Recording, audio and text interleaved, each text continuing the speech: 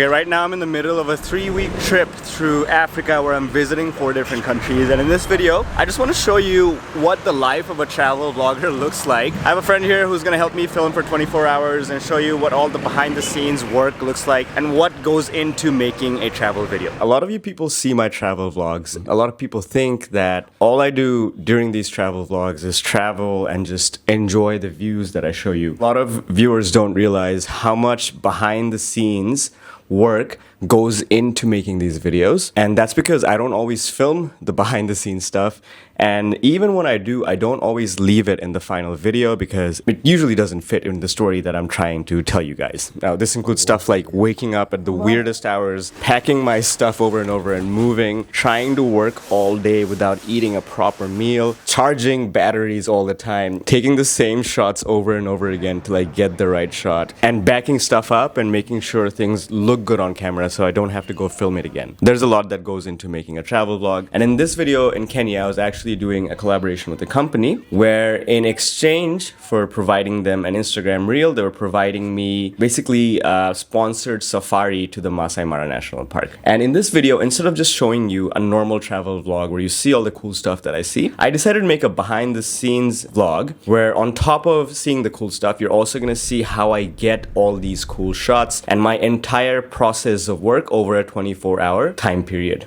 This should be fun. Let's do this. So we're starting this video off from Madagascar. It is 5 p.m. right now and the sun's almost setting, and we're actually going to start counting the 24 hours at midnight tonight. Wakey. It is 12:11. The princess has not awoken yet.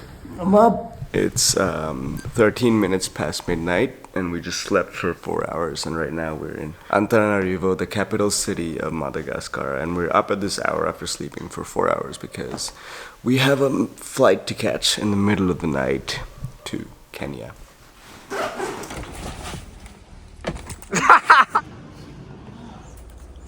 It's 2:20 a.m. and our flight is actually taking off right now from Madagascar to Kenya. That was a very slow check-in. That took longer than we thought it would. We came more than 2 hours ago, but we barely made it on time. It's 6:30 a.m. and our flight somehow ended up landing in Kenya 45 minutes ahead of schedule. So we got out really early. Now we're waiting for our transportation to the next place. We already went to an ATM and took out money. I ended up taking out both dollars and the local currency Kenyan shillings because dollars is supposedly what the rates for entering the national parks in Kenya is in, so I didn't want to do any weird exchanges. For all other things local, I'm guessing we'll have to pay with the local currency, so we took out that. We're waiting for our transport, but first we're gonna try to get some food. Okay, so we're outside in Kenya. If you like traveling just like me, what I'm about to tell you is about to save you a lot of money, a lot of time, and a whole lot of stress. You know the struggle, landing in a new country just like this, and trying to figure out how a SIM card works and how the data works and everything else. Long queues, confusing plans, and at weird hours like this one, the shops aren't always even open. That's why I switched to Simify's eSIM. And eSIM is a digital SIM that connects you online without a physical SIM card. With Simify, everything is connected to the app, and you can get connected to data in 150 plus destinations with 0 hidden fees, and over 500,000 travelers trust it already. You can buy the eSIM online, scan the QR code, and adjust your settings once you land, and boom, you're connected to the internet with great coverage and fast data. So if you're traveling soon, grab your Simify eSIM before you fly and use the code NADIR Nadir or click the link on my description to get 15% off. It's 6:55 a.m. and we've entered our transport and we're very sleepy. We slept a total of 4 hours, 5 hours, something like that, so we're pretty tired. Alright, this is really weird, but there's multiple international arrivals points and we just drove to another one where our driver's picking up 2 more people, I guess, and we have a bathroom here that we can use and a fake Costa Cafe with 2 S's. We're going into downtown Nairobi and we see a lot of big buildings, skyscrapers. I can see why this place is called the finance capital of East Africa. We've come to the center of Nairobi, it seems. This is a Land Cruiser and this is the car I guess we'll be taking for the next 2 days to go down to the south to Masai Mara National Park.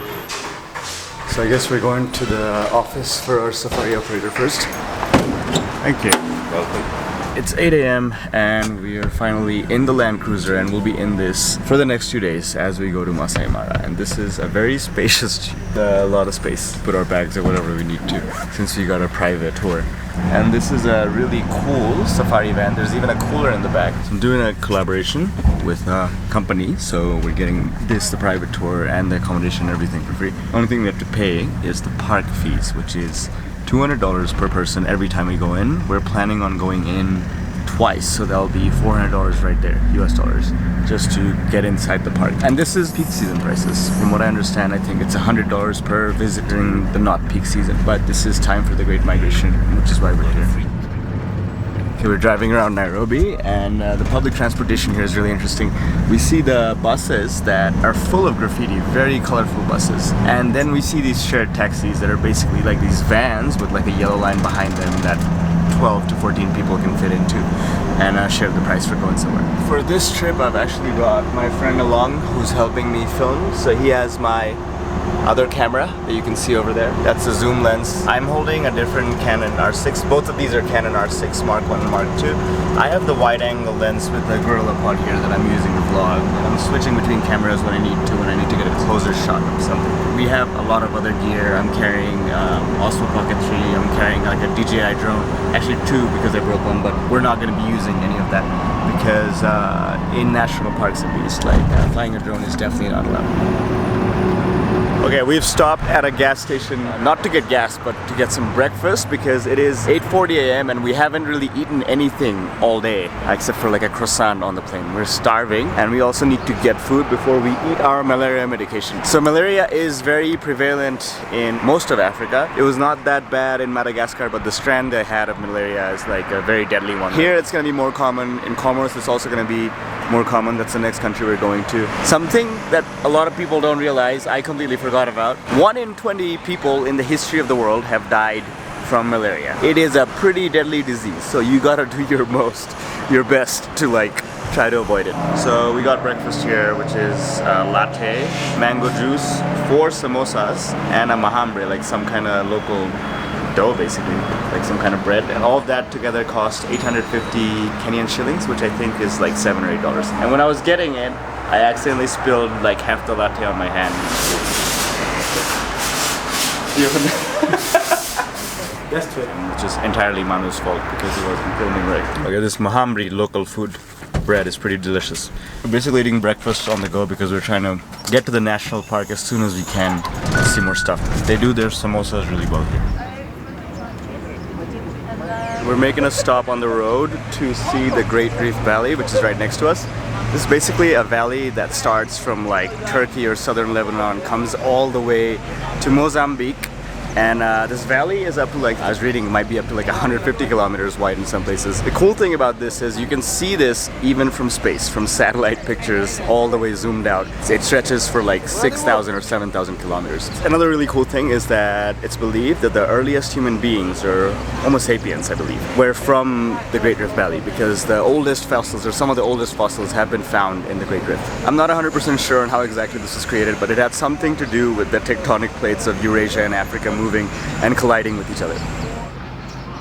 We have a toilet here. Oh, look what we have here. We have to use the bathroom, and it's a squatty potty, unfortunately. So while we're waiting, we learned some words in Swahili, which is the main language here. Asante means thank you, and no worries means Hakuna Matata. Yeah, that's where this is from. Hakuna Matata. It means no worries. Swahili, in fact, is spoken by an estimated 80 to 100 million people in countries along the East African coast and also in some countries inland. So that includes Kenya, Tanzania, DR Congo, Rwanda, and a couple of other places. But for most people, that is not the first language. It is something they learn later. And we also saw our first wildlife in Kenya, or in mainland Africa. We saw some baboons on the side of the street, basically eating stuff that people have thrown away from the trucks on the highway that we're going on. And baboons are extremely dangerous, extremely aggressive, way bigger than like the monkeys you're used to seeing in my videos in Southeast Asia. So you don't want to get anywhere near a baboon. So this is doxycycline. This is the malaria prevention medication that we're taking. It's not for treatment of malaria. There's another one called Malaronin that is supposed to be also really effective. and that one you only need to take for 7 days after you leave like a malaria affected area. We could not find that in Madagascar, so we had to use what we got, which is doxycycline. Unfortunately, we have to keep taking this for 28 days after we leave. The good news is that this does not give you like crazy dreams and sleepwalking and other effects that the other one has. The bad news is this makes you very sensitive or extra sensitive to the sun. So for the first time in my life, I'm like non-stop putting on sunscreen wherever I go. Usually that's not really an issue I have unless I'm going surfing at like 2 p.m. and I'm completely exposed to the sun for like hours. For lunch, we've stopped close to this place called like Norok Town, I think, next to a gift shop with a restaurant that basically has a buffet for 1,000 Kenyan shillings, which is a little bit less than $8. So we're gonna eat here. Let's try out this rice and beans.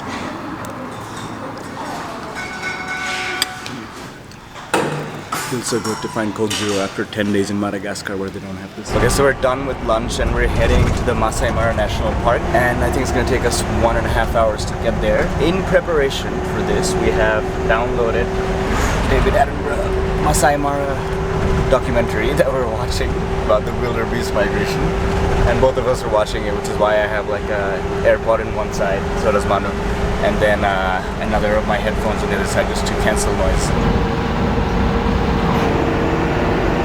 We're at the Masai Mara National Reserve at the entrance. Our guide took our passports to these military people. I guess they have to check it before we enter and we get to do a tour. We're about to start the first game drive. It's 1:30 p.m. and I think we're gonna continue till it's close to sunset. Let's see how many animals we can see. So we're here to see the Great Migration, which is like 1.7 million wildebeest travel between Serengeti and Masai Mara in Kenya. Serengeti is in Tanzania. Every year they just do like this like clockwise loop. We apparently missed the big migration of wildebeest, which is usually followed by or preceded by zebras and gazelles. But there should be still a lot of animals here. Hopefully we get to see some of the big five. Inside this park, we could potentially see some lions, maybe some no, probably not leopards. They're nocturnal and very hard to find. We're probably gonna see zebras and wildebeest. Probably not hyenas. Maybe crocodiles, let's see. This is supposed to be one of the best safaris on earth, like one of the best places to see so much action. We're inside the national park and I'm about to use the bathroom because this is the last time I'll get to use an actual bathroom. Next time if I have to go, I'll have to go pee with the lions. So we're still in the van, but we've raised the roof, so now we can observe what's around us better by standing up, and we see the wildebeest, the first wildlife. They lead the Great Migration. 1.7 million of them go through Masai Mara and then back to Serengeti. We've already seen some buffalo, which is part of the big five. We also saw some gazelle and one warthog over there. Warthog is Pumbaa from Timon and Pumbaa, for those of you who are familiar with the Lion King. In front of us are a bunch of zebras just being lazy and lying around. So I think now we've seen every major non-predator in this park. Okay, I was very wrong. I completely forgot about giraffes and elephants and a lot of other animals. My guide reminded me. We saw a full family of warthogs, and all of a sudden they started running away. Then we saw why they were running. We found a lioness with a baby warthog in its mouth, and it's walking past us. We were so excited to see this one lion, and we followed it, and it took us to the grand prize, or should I say, the grand pride. Wow, it's 3 p.m. and we've found a herd of lions. Oh, sorry, pride. Okay, it's 3 p.m. and we found a pride of lions. There's at least 9 that we can see here, maybe more behind the trees. They're all like chilling. There's like a lion and a bunch of lionesses.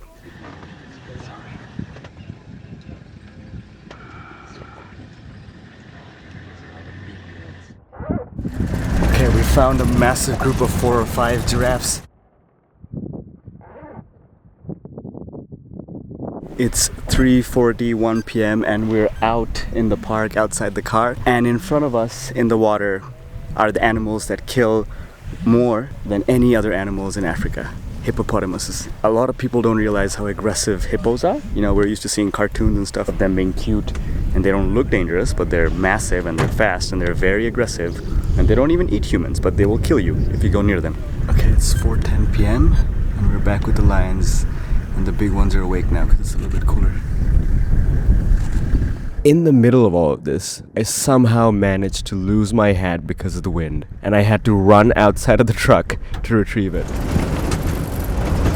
Okay, it's 4:20 p.m. and it's drizzling a little bit, so I had to move the cameras to the inside of the car so they don't get wet. These are like not weatherproof, but weather sealed, so it can deal with a little bit of rain, but not too much.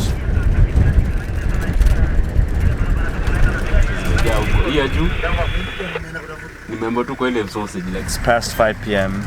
I think we've seen just about every cool animal that we're gonna see. We saw an elephant that was off in the distance away from the road, but that was too far to like, you know, for us to get a closer shot, although I did try with my phone. We were super sleep deprived earlier in the day, but I think the excitement just took that out of us. We seem to have found a high concentration of lionesses. Found 2 on a rock earlier, just chilling. Oh, they hunted down. Alright, we finally found some lions eating a buffalo that they hunted down. This is insane. Oh, it's almost on the bunk. Okay, there's a young lion, male one, right in front of our car. And then there's 2 lions chewing on the remains of a buffalo that we killed. It's 6:30 p.m. I've gotten out of the National Reserve, Masai Mara, and we're at the camp where we'll be spending the night. We arrived and there was like the staff at our camp were doing like a Masai dance, from what I understood.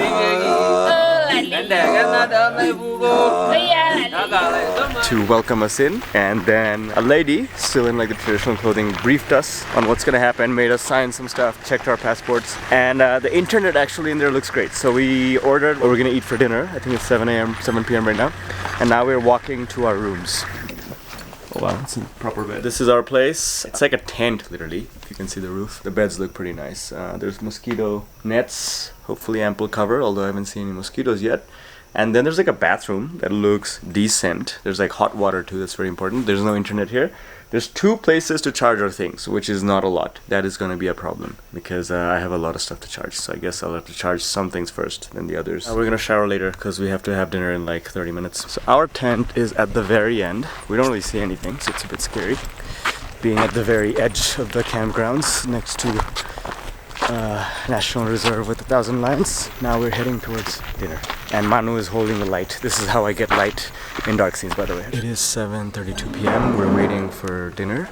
And I'm just transferring all my files from my phone because I filmed a lot of stuff in 4K 5x zoom, which is better than my actual zoom lens, which I have, which only goes up to like 105 millimeters, and a lot of footage in 4K here because I need to crop in to get the zoom, and not a lot of footage actually in this thing because it was just me talking to the camera. So I always try to back things up at the end of the day from my cameras and my phones to my computer, and if there's internet I try to back it up online though, although I don't know if that's going to be a possibility right now. And I also try to review everything I have from that day, like just a quick review, not like a full review, just to see if I got the most important shots, because we're doing the safari tomorrow morning as well. Yeah, if we got all the shots that we needed today, we're not gonna need to film in 4K again tomorrow. I don't know why they made it so dark. I think we had a bit of premature excitement about the hot water because that is what the hot water stream looks like right now, and Manu's gonna try it out. Wait, it's working? We got a better stream working for us, so Manu's gonna take a shower and I'm gonna go next. And it's 9 p.m. It's not fucking warm.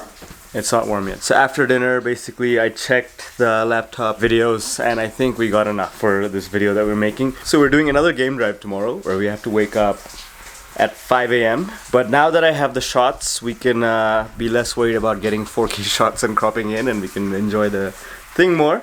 And then we're gonna go to the Masai Mara village, which should be interesting. We should get to see some culture from the Masai people. And that is it for this 24 hours in the day of the life of a travel vlogger video. I'm pretty much working on stuff all the time. The whole time I'm having one of the best days of my, I wouldn't say one of the best days of my life, but it was like definitely probably the best day of my trip maybe. But at the same time I was always like, okay, where do I back up my footage? Where do I charge my stuff? Bro, why does it sound like people are like pressing up against our gates? Alright, I'm just panicking right now because we heard something outside on the way in here. Alright, the water's not warming up, so we're gonna sleep like this, wake up, and then tomorrow at Nairobi hotel we're gonna shower. So I was planning on ending the video at 24 hours, but the stuff we saw the next morning was just too cool to not share with you guys. So here's like 5 more hours of what happened while I was filming the reel for the collaboration.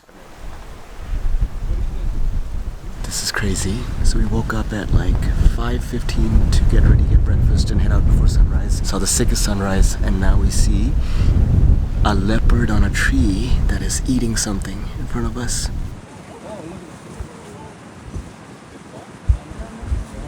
Okay, so the leopard just like came down halfway into the tree and then went back up again, and like the antelope that it killed is like half hanging off the tree. This is so cool.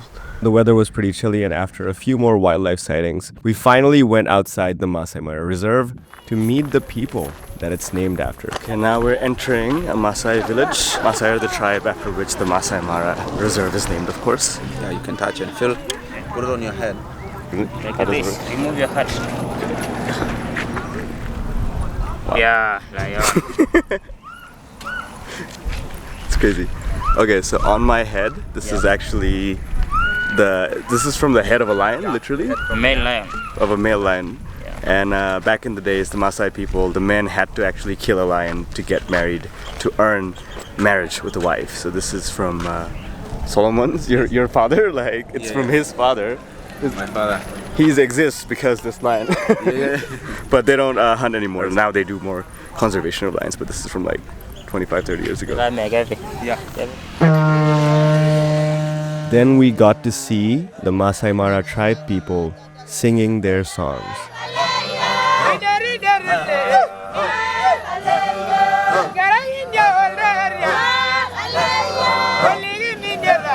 Now, the customs have changed over the years, and now instead of hunting lions to earn wives, now whoever jumps the highest apparently gets a wife. Only 15 people. 15 people? Belong to the wives of my dad. The rest 120 we brothers and sisters. Different mothers, but we from one dad. Is your father the chief? Or? Yes, my Okay. father is the chief. Because he killed the most lions? Or? Yes. We just found out something crazy. Solomon, my Yes. friend here, his father killed 15 lions. Yes, 15 lions. So he had 15 wives and 120. 120 siblings. He has 120 siblings Yes. from one father. From one father. That is insane. That is great. So everyone performing outside Yes, was we your, all brothers. all your different brothers, mothers, basically. But we from one dad. Okay, another really cool thing that I learned is that the houses in the Maasai community are actually built by the wives of the family, and they're built entirely using sticks and cow dung, like literally dung from cows. So you see sticks and cow dung, and I believe the cow dung is collected from somewhere else. So every house that you see around me was built by the women, the married women of the community. Inside of the houses are a little bit dark for you. It's quite bit dark for you. Okay. So you can use light. We got to see what the inside of a house looks like, and then they show us how they light a fire for cooking. Looked really cool and looked even easy until I actually tried it. Yeah. See smoke, good. Oh.